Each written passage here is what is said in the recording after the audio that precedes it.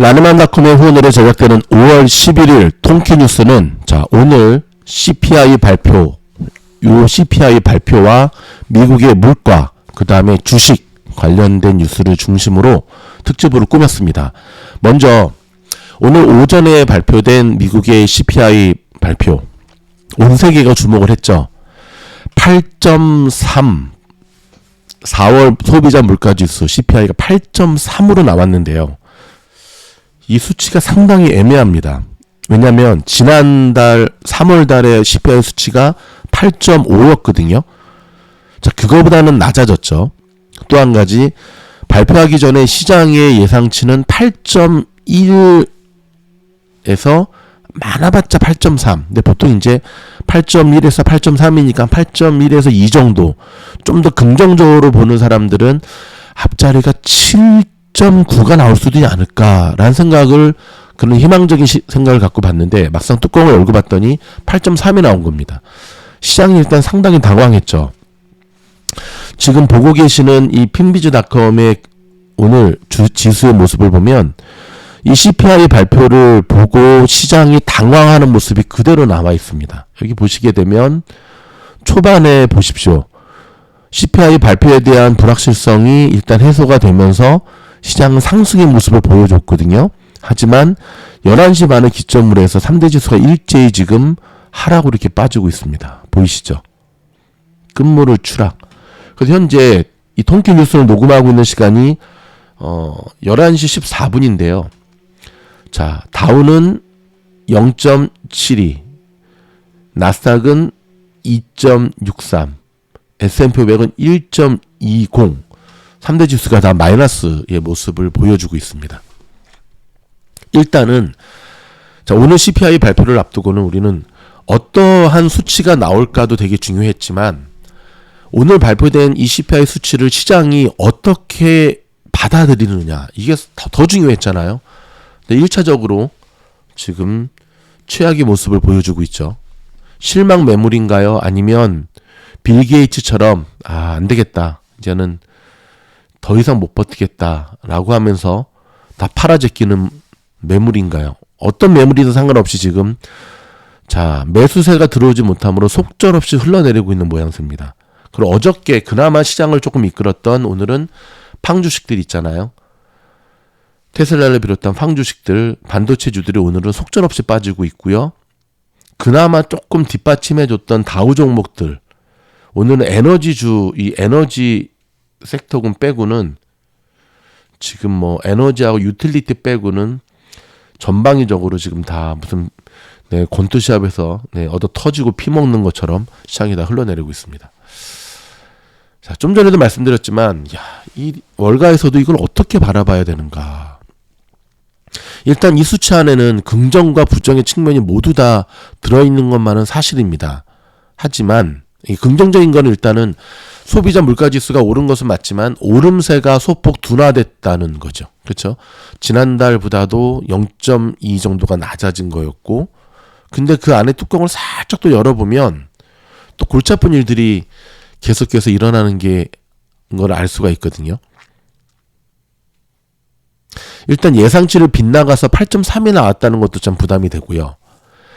특히 변동폭이 큰 에너지와 식품 가격을 제외한 일명 근원 소비자 물가지수라, 그렇죠? 개솔린 가격이 4월 들어서 6.1%나 떨어져서 4월 물가 상승폭 둔화에 결정적인 역할을 했고, 그래서 에너지와 식품을 제외한 근원 물가 소비자 물가지수는 3월보다 오히려 0.6%가 더 오른 상태입니다. 이게 지금 시장을 좀 화나게 한 거죠. 오히려 지금 식품과 에너지가 내렸어야 되는데 3월보다 오히려 0.6%가 더 올랐어요. 뭐 긍정적으로 보는 거는 그래도 정점을 찍은 거 아니냐. 근데 이 논리를 보자면 여러분, 지난달에 시장을 해석한 논리가 이해가 안 됩니다.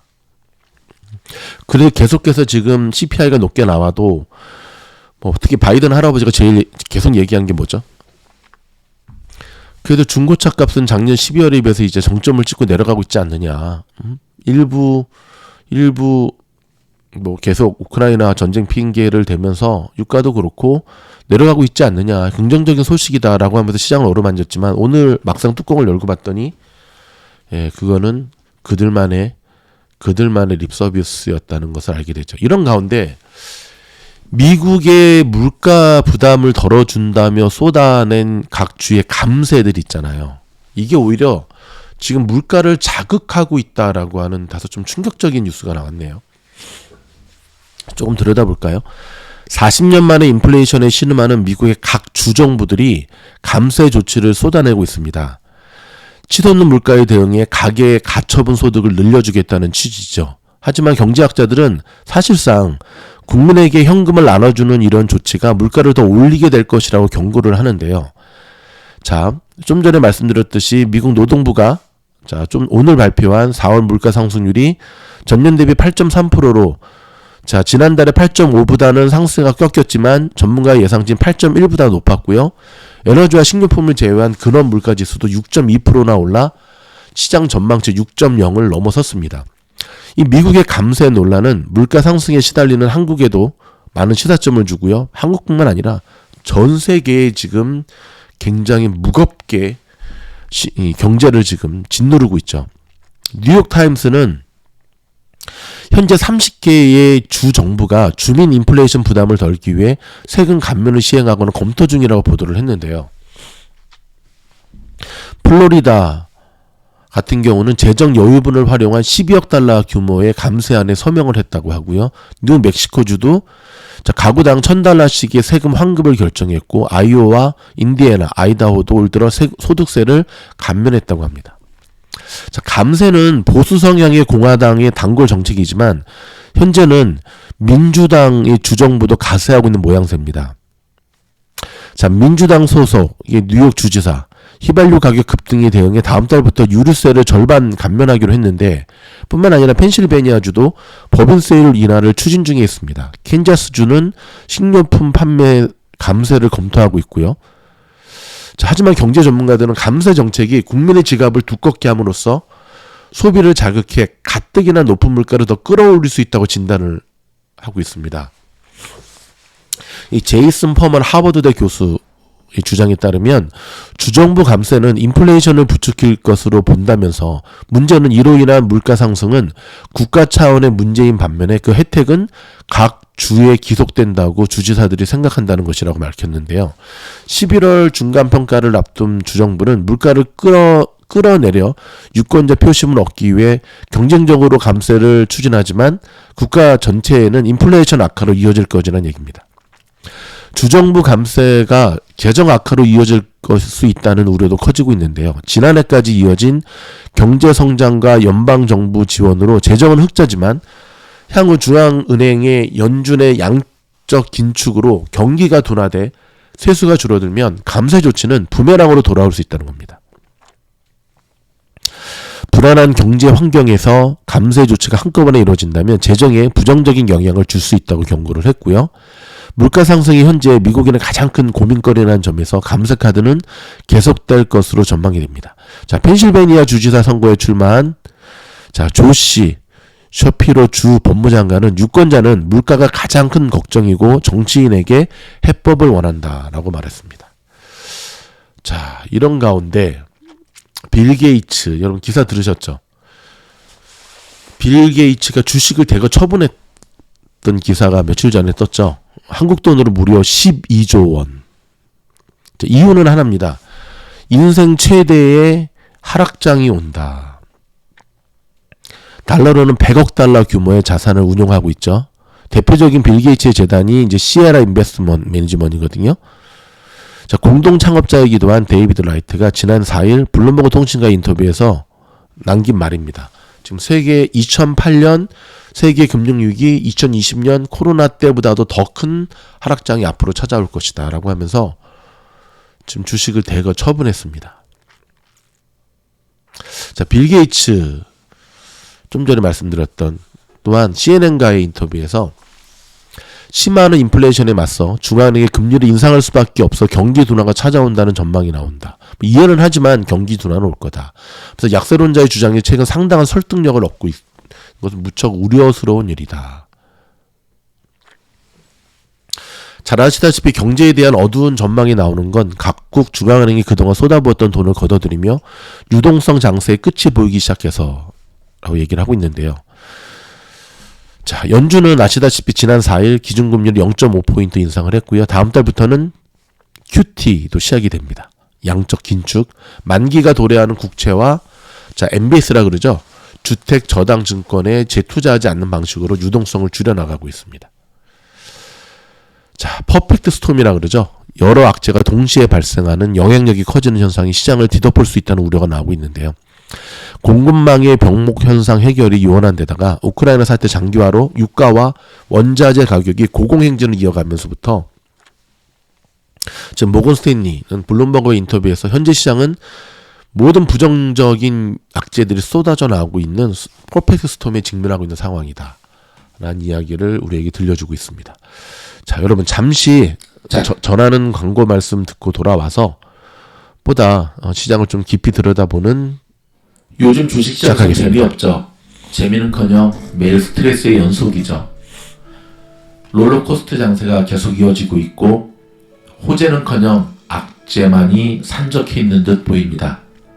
여러분, 공부하는 자만이 살아남는 시장이 계속 이어지고 있습니다. 미즈놀 클래스에 오셔서 한번 체험해보지 않으시렵니까?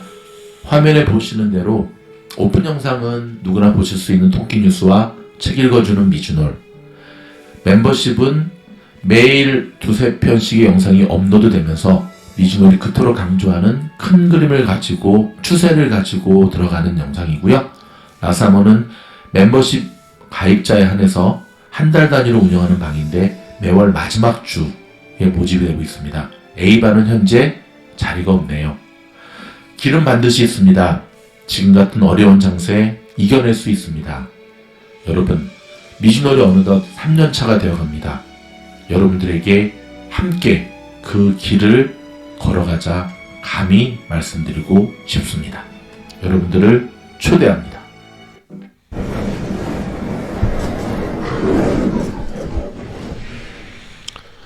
자, 여러분 많이 힘드시죠? 지금 시장을 바라보는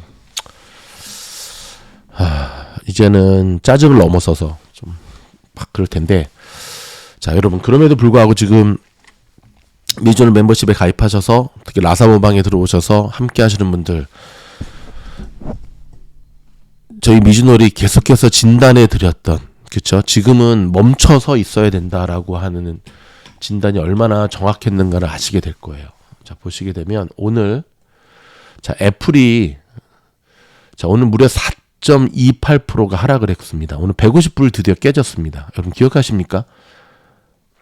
미즈놀에서 얼마 전에 올려드렸던 애플 요 영상 기억하시죠? 필터링 뉴스 그저께 보내드렸던 애플 공장. 자, 이 영상에서 제가 어떤 이때만 하더라도 150불이 깨지지 않는 상태였고 이날도 무려 3.43%. 또 일부 사람들은 뭐 하락을 얘기하지 마라. 이제 바닥이라서 이제 3중 바닥이니까 올라갈 거다. 천만의 말씀.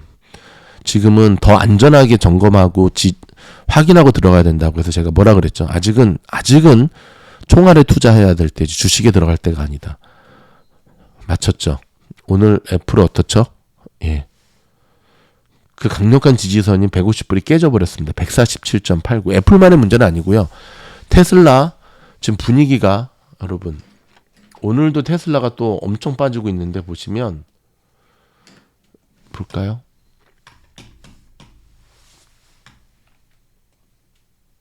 이걸로 보여드릴게요. 오늘 무려 마이너스 7.17%. 이제는 800불이 아니라 700불도 지금 위태위태하는 지금 테슬라의 지지선이 여기거든요.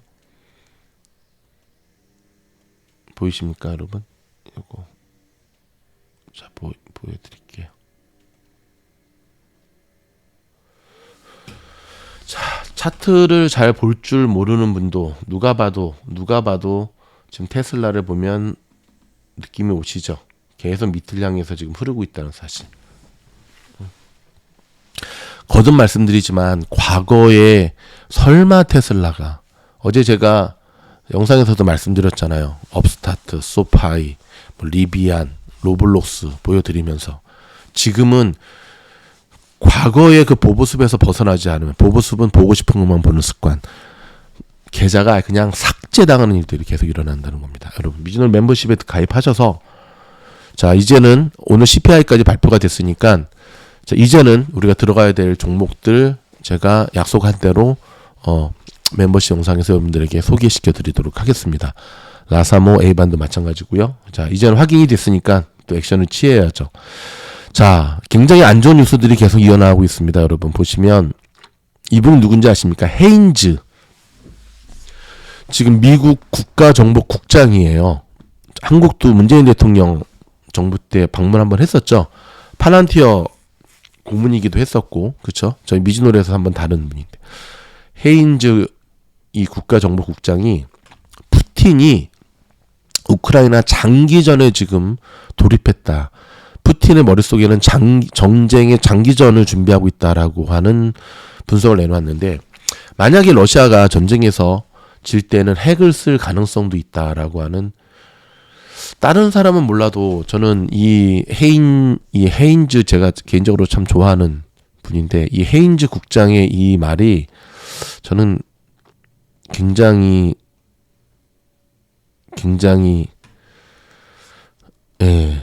좀 신중하게 지금 정말 이건 신중하게 들어와야 돼. 신중하게. 이거는 우리가 좀 주목을 해야 돼요. 요즘 제가 시장을 보면서 계속 느끼는 게 빨리 떨어지지 않는 감기도 문제지만